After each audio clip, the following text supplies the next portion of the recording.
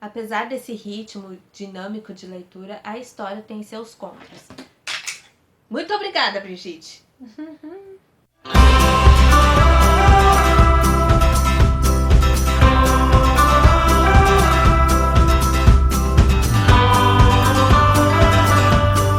Olá pessoal, tudo bem? Nós somos do blog Introducing a Book. Eu sou a Débora. Eu sou a Alessandra. E hoje nós viemos com o nosso primeiro vídeo resenha aqui pro blog. Nós decidimos falar do livro Manuscritos do Mar Morto, do Adam Blake, da editora Novo Conceito. E esse livro nós lemos em conjunto. Nós lemos juntas e discutindo ao longo da leitura o que a gente ia achando para depois fazer esse vídeo para você. Adam Blake, na verdade, é o pseudônimo do autor famoso britânico Mike Carey, e que ele também já escreveu a continuação desse livro, que é o Código do Apocalipse. É um livro de capa preta e que a gente já tem e pretende ler aqui pro blog para fazer resenha. Bom, toda a ficha técnica do livro vai se encontrar lá no blog, o link está na descrição do vídeo, se você está assistindo no YouTube, ok? Bom, Manuscritos do Mar Morto intercala 3 ambientes. Um se passa nos Estados Unidos, outro na Inglaterra e outro não é bem um ambiente, mas um personagem, Tilma, que a gente vai falar mais pra frente. De início parece que são histórias assim bem desconexas, nada a ver, mas no decorrer da leitura tudo vai se encaixando, se interligando. Bom, a história começa nos Estados Unidos, que é, né, o primeiro ambiente. Nesse núcleo da história vai ser apresentado o detetive de uma delegacia chamado Gale. Nos Estados Unidos, então, o detetive Gale acaba sendo responsável por investigar a queda de um avião, né, numa área deserta, onde várias pessoas morreram, crianças, enfim. A partir disso, começa a ter relatos de supostas aparições de pessoas que estavam dentro desse avião, né, relatos assim sobrenaturais. Como, por exemplo, uma televisão, a pessoa assistia sempre um programa num determinado horário, e depois da queda do avião, naquele mesmo horário, a televisão estava ligada no programa que a pessoa assistia. Coisas desse tipo. O mais estranho nessa queda de avião é que a caixa preta sumiu, desapareceu. Que o detetive Gale acaba encontrando nesse deserto 2 pessoas bem diferentes fisicamente, assim, bem brancas, com características diferentes, não assim... Pessoas que não eram comuns na região, que ele nunca tinha visto na área. Exatamente. E coincidiu com isso, com o sinal para com a caixa preta parou de emitir sinal. Essas pessoas elas estavam vagando onde o avião caiu, que seria uma área isolada, onde os moradores locais não poderiam ter acesso, e essas pessoas que nunca foram vistos nessa região, que é uma região interior, digamos assim, dos Estados Unidos, onde todo mundo se conhece, essas pessoas estavam vagando numa área que estaria isolada, né? E isso o detetive Gale achou estranho. Exatamente. Então esse é o primeiro ambiente, o núcleo, Estados Unidos. Depois dos Estados Unidos, o autor começa então a narrar na Inglaterra, é o segundo ambiente da história. Na Inglaterra, a principal personagem é a detetive Kennedy, ela é a figura principal desse ambiente, desse novo núcleo. A detetive Kennedy, então, é designada pelo chefe dela para investigar o caso da morte do professor Stuart Barlow, porque na verdade esse caso já tinha sido encerrado, a morte do professor tinha sido dada como acidental, porém a irmã desse professor não acredita nessa hipótese e pede, na verdade, né, para a polícia reabrir o caso, porque ela acha que o irmão dela, na verdade, foi assassinado. Porém, o chefe ali da Scotland Yard, não acreditando muito nessa versão de assassinato, deixa esse caso para Kennedy, de uma forma assim, subestimando o caso e subestimando a Kennedy, que estava sendo um pouco rechaçada devido a processos internos ali da área dela, e dá esse caso para ela resolver. A Kennedy, então, ao ficar com essa responsabilidade, descobre que o professor Stuart Barlow, na verdade, não foi assassinado. Na verdade, não teve uma morte acidental, mas que ele foi assassinado. Agora a Kennedy, para investigar o que teria motivado o assassinato desse professor, e contando com o apoio do Harper, que é um interno, digamos assim, do setor dela, ela vai descobrir que tem muitas coisas assim encobertas com a área de pesquisa do professor Stuart Barlow, que ele estava pesquisando os manuscritos do Mar Morto e especificamente o Evangelho de Judas, que na verdade é um documento de domínio público da década de 40, foi descoberto na década de 40, mas que o professor tinha descoberto uma nova forma de ler esse documento, assim, vendo significados e novas interpretações nas entrelinhas. O professor, ela descobre, assim, na investigação, e outras pessoas que estavam também nessa área de pesquisa começam a aparecer mortas. Isso ela descobre depois que o caso é reaberto. Então ela começa a pensar que as mortes estão, na verdade, relacionadas ao tema da pesquisa do professor, os manuscritos do Mar Morto e o Evangelho de Judas especificamente.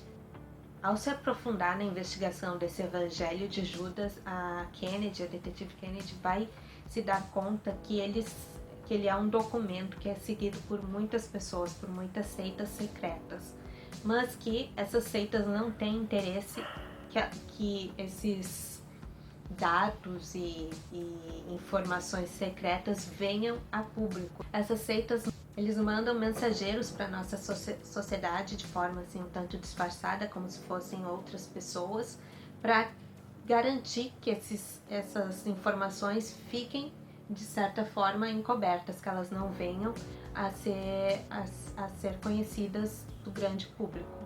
O terceiro núcleo, então, é o personagem Tillman.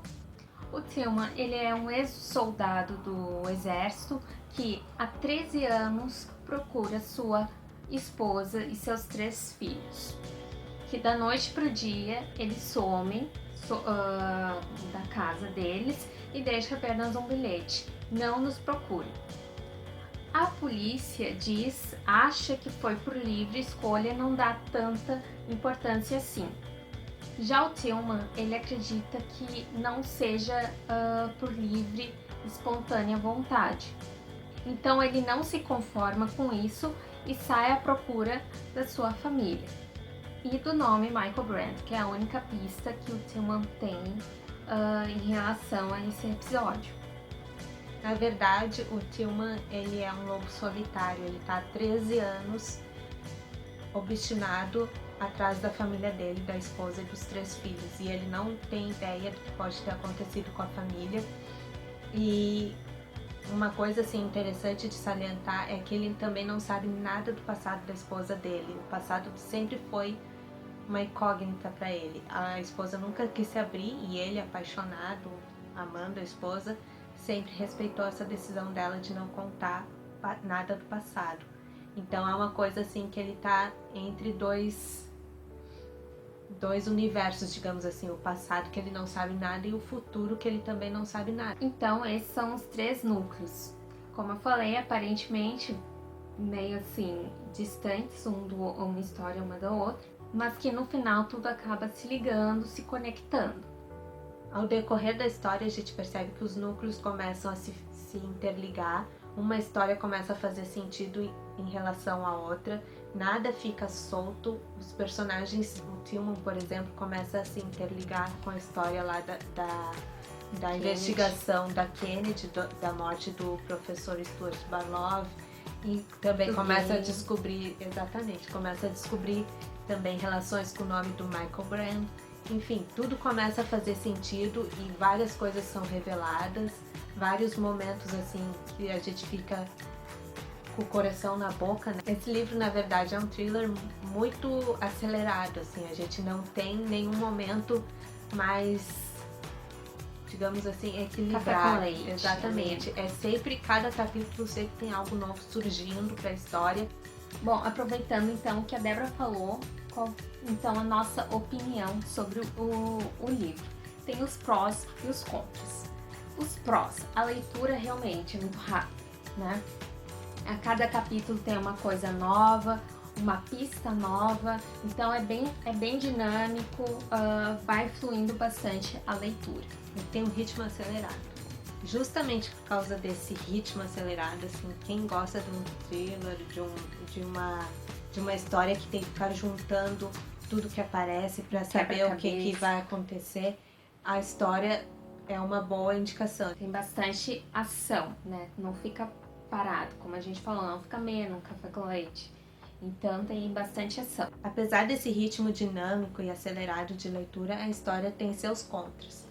O principal delas, ao meu ver, que me incomodou principalmente e pessoalmente, foi a comparação na capa com o Código da Vinci. Não é necessário nem ter lido o Código da Vinci para saber que o livro traz bastante informação, tanto religiosa quanto histórica, e que ele foi, por causa disso, considerado um best-seller na época do lançamento, virou até filme e tal. Então, para mim, que li o Código da Vinci, eu peguei o Manuscritos do Mar Morto esperando uma história parecida, com a mesma carga de informação e dados novos e relevantes e tal. Aquela coisa bem de curiosidade, descobrir novas informações históricas, religiosas e tal. E não foi isso que eu encontrei no livro. Eu estava esperando um novo Código da Vinci, digamos assim, e o livro não atingiu essa minha expectativa. Eu acho que isso que várias editoras fazem de comparar um livro com um outro, que foi principalmente um best-seller, eu acredito que isso seja, na verdade, um tiro no pé, porque o leitor vai esperando uma certa história que ele não encontra. Claro que o livro traz informações, né, novas, bíblicas sobre o Evangelho, etc. Mas assim, claro que não no nível Código da Vinci. E é isso. Outro ponto negativo que a gente achou em relação ao personagem Kennedy. Por quê? Porque, claro, o livro traz informações novas, conteúdo novo aí sobre, bíblico, ainda mais sobre quem não tem assim, um conhecimento tão a fundo como a gente, e até a personagem Kennedy, que se diz um zero esquerda nesse assunto.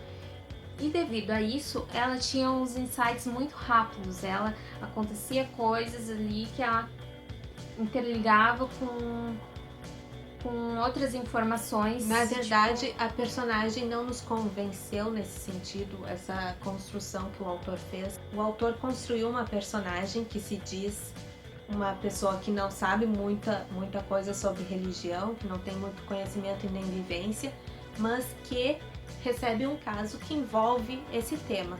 Então imagina uma pessoa que não tem conhecimento de causa investigando um caso que traz muita informação sobre o tema em questão. A gente achou que a personagem teve insights muito rápidos de resolução. Ela recebia dados e informações cada vez mais profundas e complexas ali no tema e fazia interligações também muito rápido, muito rápidas assim com o que ela recebia. Então isso pra gente ficou um pouco... não ficou assim muito... não nos convenceu. Não ficou muito verossímil. Outro ponto que a gente também achou que não ficou tão verossímil é o fato da Kennedy ser, digamos, indestrutível. Ela passa assim por situações que a gente fica... como pode ela passar por aquilo e continuar tendo forças, ritmo para continuar a investigação. E eu tô dizendo coisas físicas. Exatamente, coisas físicas. Isso daí também não ficou tão verossímil. Ficou sobre-humana, assim, também não nos convenceu, ela parecia indestrutível muitas vezes. Então, e claro que também tem a personalidade da Kennedy, mas isso, né, o autor quis construir ela assim, a gente achou ela um pouquinho chata e petulante em algumas partes, a pessoa querendo ajudar ela na investigação e ela, meio que uns pensamentos assim, sabe? Mas isso é característica da personalidade da personagem. Então, assim, a nossa nota final do livro, de 5 pontos, a gente dá 3.8, né? O livro, então, a gente explicou os pontos negativos que a gente achou, mas assim, sim, recomendamos a leitura para quem gosta de bastante ação, uma leitura rápida, dinâmica. É bom o livro, né? Uma dica, não vá esperando assim muito, porque eu acho que isso daí fez também com que diminuísse a nota. Se não fosse esperando muito, eu acho que É um seria ponto maior a nota. É um ponto a se salientar, porque pra mim a nota começou bem baixa, começou 2,5, 3, justamente por causa da minha expectativa em relação à história com a comparação com o Código da Vinci. Fui esperando uma coisa o que o livro nunca alcançava, e por causa dessa minha expectativa eu passei a não gostar da história inicialmente, mas depois, quando eu desencanei, assim, vi que o livro não ia ser um Código da Vinci, que aquela comparação ali não era real. Quando eu desencanei disso e passei a ver a história em si como um suspense ali, uma perseguição policial, eu passei a gostar mais do livro. Então, pessoal, esse foi nosso primeiro vídeo resenha. Esperamos que vocês tenham gostado. A gente vai trazer mais vídeos nesse formato, né? Não esqueçam de entrar lá no blog, porque tem toda a ficha técnica e notícias, lançamentos que a gente escreve, né, nos posts. Vou deixar aí agora no final todas as nossas redes sociais. Se gostou, clique no joinha, se inscreva, dê uma força aí. E se tu já leu esse livro, deixa os comentários também pra gente saber se vocês concordam ou não, se acham, tem as mesmas opiniões que a gente aqui sobre o livro. O livro não é recente, ele tem 1 ou 2 anos já de lançado, mas a gente já só leu agora. Mas é legal sempre compartilhar assim, novas opiniões, novas perspectivas sobre a história. Então, deixa aí nos comentários aqui no YouTube ou lá no blog.